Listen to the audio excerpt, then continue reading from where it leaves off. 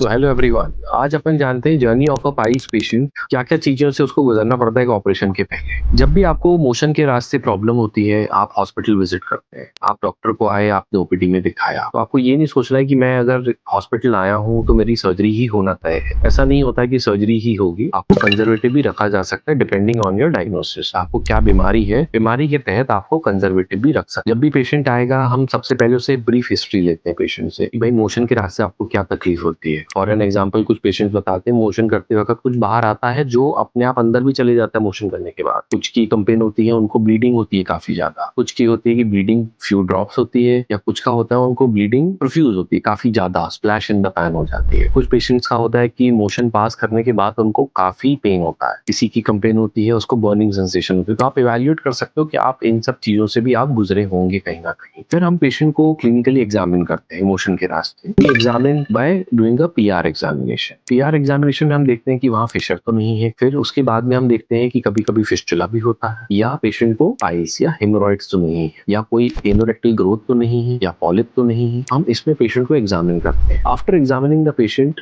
हम फिर कुछ इन्वेस्टिगेशंस एडवाइस करेंगे। इन्वेस्टिगेशंस में ब्लड इन्वेस्टिगेशंस एडवाइस करेंगे। If we feel the patient requires a surgery, हम आपको उसी वक्त बताएंगे you require a surgery, and we will also explain whether you require the surgery immediate और डिले। आवश्यकता तुरंत कब है, या तो वहाँ पे मवाद बन गया है, या कोई मास है, या आइज है, तो फिर या फिस्टुला है, तो हम उसके लिए बोलते हैं आप थोड़ा सा वेट एंड वॉच करिए, उसके बाद हम आपको ऑपरेट करेंगे आफ्टर सम इन्वेस्टिगेशन। अब जांचों का मतलब, यदि आपको फिस्टुला है तो फिस्टुला में हम क्या करते हैं, फिस्टुला में हम करते हैं एमआरआई। एमआरआई कराने के बाद में हम प्रॉपर उसके ट्रैक को डायग्नोस करते हैं, ट्रैक कहाँ से कहाँ जा रहा है मोशन के रास्ते। फिर हम पेशेंट को बताते हैं कि आपको ये सर्जरी का मेथड होगा, क्योंकि पेशेंट के मन में भी सवाल होते हैं कि मेरी सर्जरी लेजर द्वारा करी जाएगी, क्या मेरी सर्जरी आप पूरा चीरा लगा के करेंगे, या आधी सर्जरी लेजर से करेंगे, आधी सर्जरी चीरा लगा के करेंगे।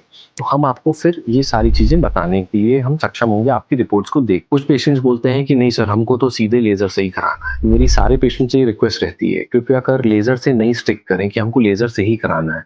ऐसा नहीं है कि लेजर एक ब्रह्मांड है जो आपको सही लेजर से हो जाएगा तो सब कुछ ठीक हो जाएगा। नहीं, कुछ चीजें ओपन मेथड से भी आज भी अच्छी होती है। कुछ चीजें आइस में भी हम स्टेपलर यूज करते हैं जो कि रिजल्ट बहुत अच्छे देते हैं पेशेंट्स को। तो कुछ हमें डॉक्टर के डिसीजंस के ऊपर भी छोड़ देना चाहिए कि क्या इस मेथड से हमें सर्जरी करानी होती है। तो अब हम वापस आते हैं कि जब आपको एग्जामिन कर लिया, तो जैसे कि आपको बताया कि आपको हेमोरॉइड्स है। हेमोरॉइड्स में हम आपको बताएंगे कि कुछ आपके ब्लड इन्वेस्टिगेशंस कराइए। पीएससी फिटनेस, इसको बोलते हैं प्री एनेस्थेटिक चेकअप। मतलब कि ऑपरेशन के पहले मरीज को कोई बीमारी तो नहीं है, बीपी तो नहीं है, शुगर तो नहीं है, खून की कमी तो नहीं है, लिवर में कोई दिक्कत तो नहीं, किडनी फंक्शन ठीक है कि नहीं है पेशेंट का, क्या वो बेहोशी की दवाइयां झेलने योग्य है कि नहीं पेशेंट। फिर ईसीजी कराएंगे, हार्ट की जांच करेंगे। एज वाइज डिपेंड करता है कि हम फिर आगे इको भी एडवाइस कर सकते हैं पेशेंट को। वो हम मेडिसिन के डॉक्टर की फिटनेस के ऊपर डिपेंड करता है। चेस्ट एक्सरे होता है पेशेंट का। ये जांचें होने के बाद में हम प्लान करते हैं कि सर्जरी अब हम कर सकते हैं पेशेंट की, यदि ये सब नॉर्मल आती है। इससे हमें पता चल जाता है कि हमको कितनी रिस्क रहेगी सर्जरी में, क्या क्या चीजों का ध्यान देना है। तो ये basic workup is very very essential both for patient as well as for the operating surgeon. क्यों? क्योंकि अगर कुछ पेशेंट्स में सिरोलॉजी पॉजिटिव होती है तो हॉस्पिटल में भी और ऑपरेशन थिएटर में हमें वो चीजों का ध्यान देना होता है।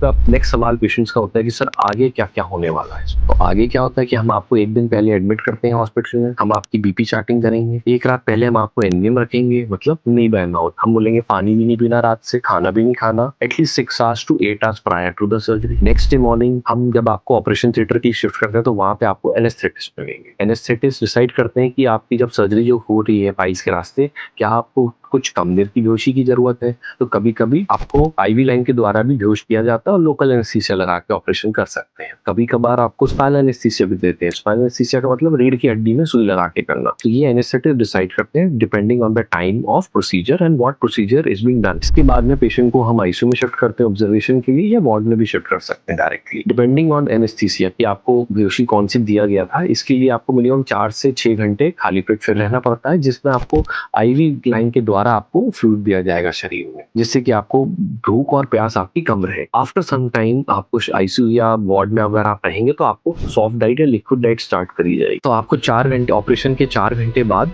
आपके सर्जन, आपके ट्रीटिंग सर्जन जब विजिट पे आएंगे आपके राउंड्स पे, तो आपको डिसाइड करते हैं कि अब आपको लिक्विड डाइट स्टार्ट कर सकते हैं। तो followed by sips orally start करते हैं। आफ्टर दैट लिक्विड डाइट आपको अलाउ करते हैं अगर आपको वॉमिटिंग या नॉशिया या कोई भी आपको परेशानी नहीं हो रही है। Depending on the hospital protocol, her patient को 1 दिन या 2 दिन एडमिशन की मिनिमम रिक्वायरमेंट होती है, उसके बाद डिस्चार्ज प्लान किया जा सकता है। ये एक बेसिक जर्नी होती है पाइल्स पेशेंट की। कि हमें किस किस चीज़ों से गुजरना पड़ेगा हॉस्पिटल आने के बाद में और सर्जरी कैसे प्लान की जाएगी।